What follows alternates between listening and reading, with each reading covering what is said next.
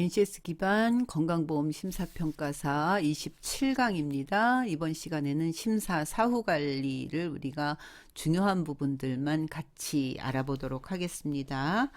자, 심사 사후 관리는 이제 심사한 내용들을 우리가 어떻게 정확하게 되었는지 심사할 때 확인이 잘 안 됐거나 했던 것들을 이제 적합하게 우리가 할 수 있도록 검토하기 위해서, 그래서 이 결과를 그 요양기관 즉 병원에 알려줌으로 인해서 청구가 제대로 될 수 있게끔 하는 거죠.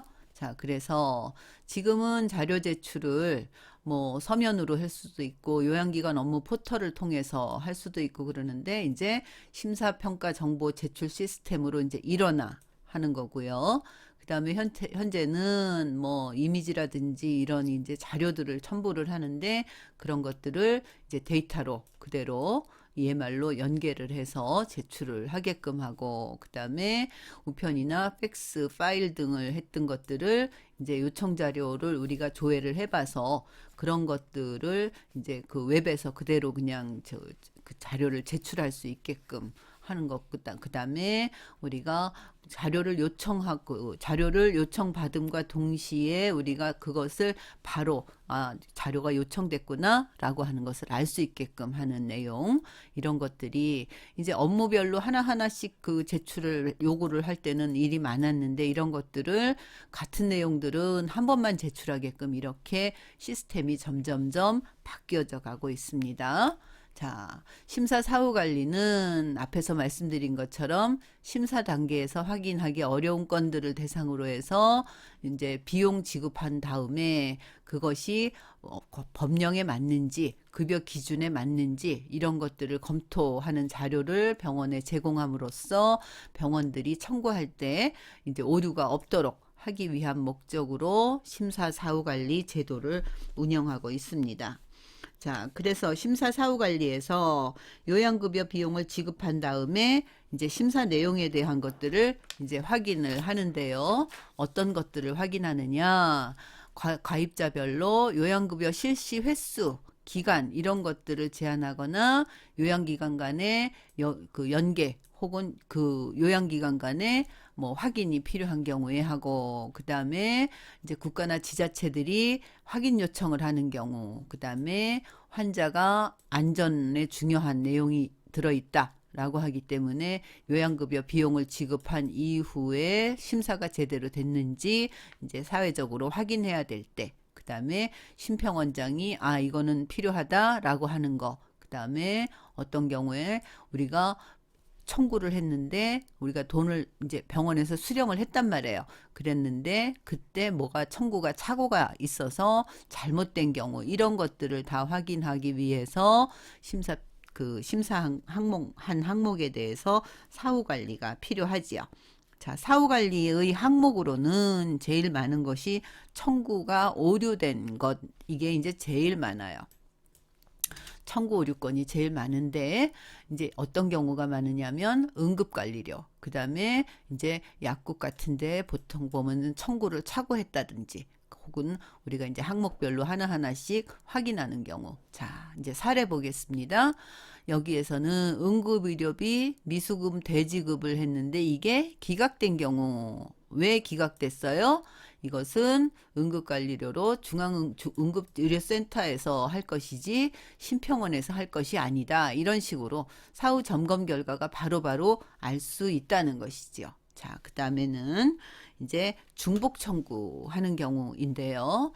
자, 동일 성분의 의약품을 중복 처방했는데 잘못해서 지급을 했다. 이런 경우에 비용은 어떻게 한다 그랬어요? 상쇄한다 그랬습니다. 우리가 그 다음에 받을 거에서 빼고 준다 그랬어요.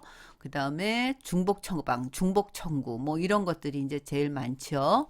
이 경우에 자, 우리 예를 보면서 볼게요. 자보 환자를 건보 환자로 중복 청구한 경우에는 보면 사후 조정을 이제 했는데 요양 개시 일수가 그러니까 이제 이 2월 1일부터 20일 했고 건보로는 10일 했는데, 여기에서 질병 코드명에서 보면 이게 중복돼서 그렇다. 그러면 여기에서 조정해서 이번요 10일이 중복됐다. 이렇게 이제 나와요. 그러면 여기에서 이번요 10일은 여기하고 같은 거잖아요. 여기에 똑같은 게 들어갔기 때문에 진료 내역이 같은 것들을 따로따로 청구를 했기 때문에 이제 사후 이미 병원이 돈을 수령을 했다라고 할지라도 이 부분은 우리가 다음에 지급을 할 때 이 부분은 빼고 지급하겠다. 라고 해서 중복 청구에 대해서 안내를 해주고 그리고 다음에 이 부분에 대해서 상쇄를 서로 빼고 주는 거죠. 자, 그 다음에는 이제 연 단위로 혹은 월 단위로 이런 것들을 누적 관리할 때 그때 생기는 사례에 대해서 우리가 볼게요. 자, 그러면 골밀도 검사를 산정 횟수가 잘못됐다라든지 이 비자급 검사 같은 경우 산정 횟수가 잘못됐다라든지 치과 같은 경우 임플란트를 할 때 단계별 청구를 중복 청구를 해서 이 부분이 필요하다든지 하는 경우죠. 자, 여기에 보면 동일한 등록번호로 요양 게시일을 잘못 적은 거 이런 경우에도 여기에 보면 조정 이렇게 나와요.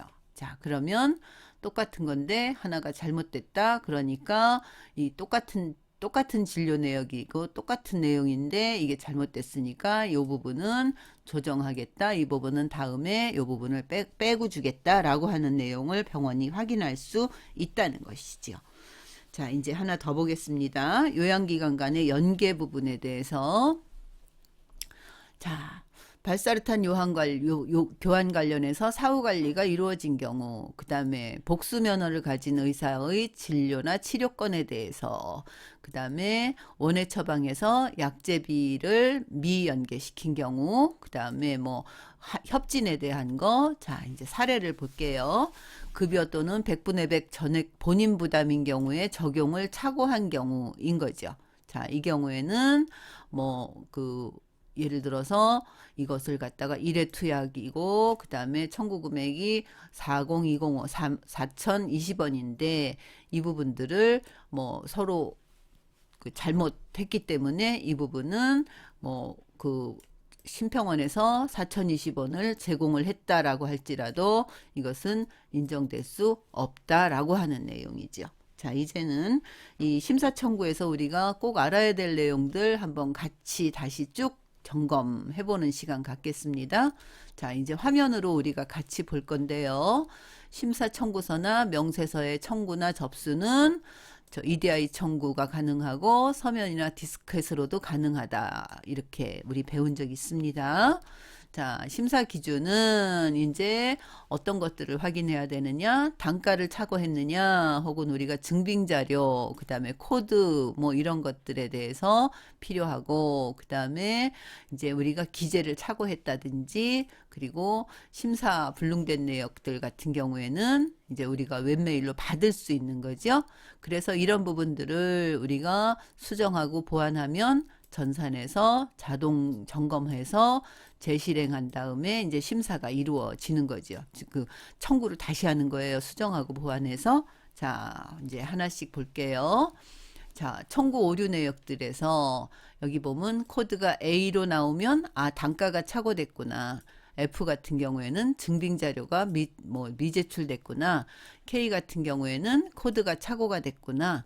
B 같은 경우 우리가 야간 시간인데 불구하고 이것들을 주간 시간으로 해서 이것들이 이제 청구가 잘못됐구나. 이렇게 해서 요 코드들을 보면서 우리가 여러분이 하실 수 있어요. 그러니까 이것들도 그 심평원에서 나오는 이제 수가책에 보면 요 코드에 대한 내용들이 다 나와 있습니다. 그래서 예를 들어서 A다 그러면 요즘은 근데 소프트웨어에서 이렇게 A가 이제 코드가 뜨잖아요. 그러면 요 A를 클릭하면 그 옆에 이렇게 떠요. 내역이. 그렇기 때문에 이 부분들은 여러분이 굳이 외우려고 하실 필요는 없습니다. 그냥 머릿속으로 A와 30일 정도만 알아두시면 돼요. 특별히 다른 경우들은 클릭하면 그 옆에 화면에 다 나오기 때문에 여러분이 어렵지 않아 하셔도 됩니다. 자, 이제 화면으로 우리가 같이 볼게요. 자, 이제 우리가 참 자료를 제출할 때는 뭐 지금 여기에 나온 것 같은 이런 내용들을 쭉 제출을 해야 되는데, 자, 이제 볼게요. 이제 하나하나씩. 자, 우리가 이제 맨 마지막으로 청구가 제대로 됐는지를 확인하는 방법으로서 여러분이 쭉 정리하는 겁니다, 지금. 자, 심평원 요양기관 업무 포털 서비스에 어떻게 해요? 공인인증서로 로그인해서 접속한 다음에 진료비 청구, 그 다음에 이제 심사과정 조회를 하고, 그 다음에 이 구분을 진료년, 그리고 월로 선택을 해서 조회를 하면 반송됐는지 혹은 지급 불능인지 건수를 우리가 다 확인할 수 있고, 여기에 이제 우리가 필요한 경우에는 재청구를 지급해야 되고, 그 다음에 이제 숫자로 표시된 경우에는 보완 청구를 해야 된다. 자, 요 정도만 이해하시면 되겠고, 보완 청구를 할 때는 우리가 차트 기록을 제대로 수정한 다음에 해야 되겠죠? 자, 슬라이드로 봅니다. 자, 지금 여기 보시는 것이 요양기관 업무 포털 서비스지요.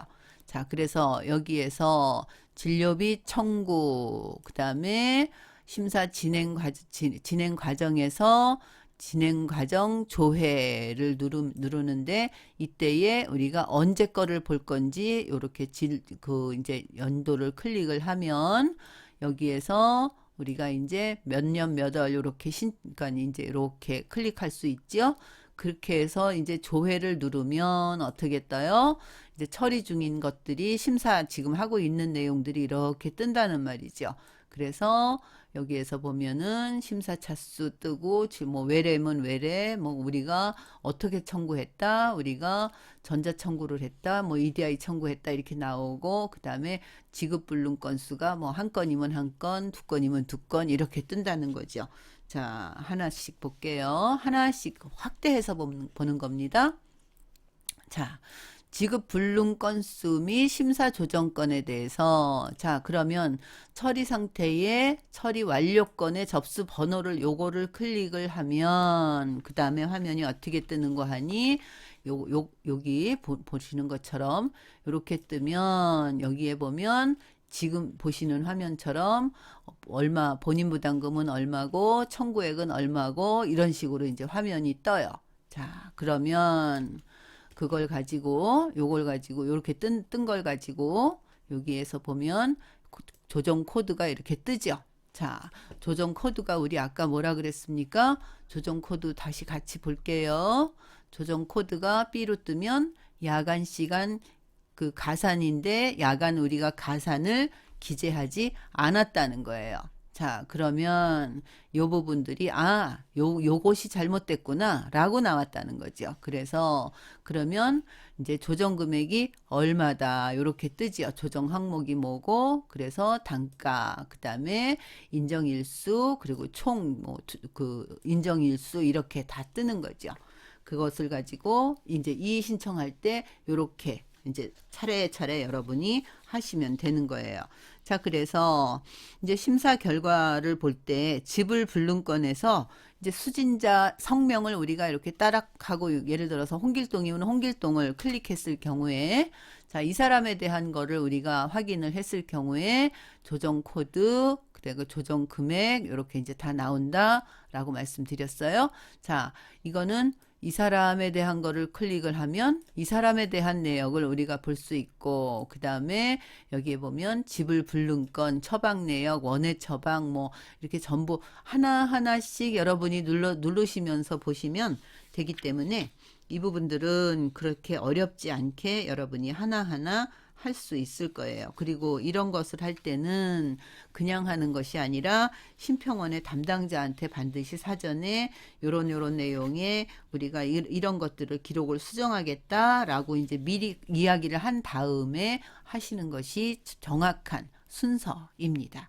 자, 이 부분들은 여러분이 뭐 사후 관리가 왜 필요하고, 사후 관리할 때 어떤 항목들이 어떻게 처리가 되는지, 그 다음에 우리가 청구할 때 조정 코드가 뭘로 뜨는지 이걸 보고 어떻게 처리하는지 우리가 같이 알아보았습니다. 자, 이번 시간 이것으로 마무리하도록 하겠습니다. 수고하셨습니다.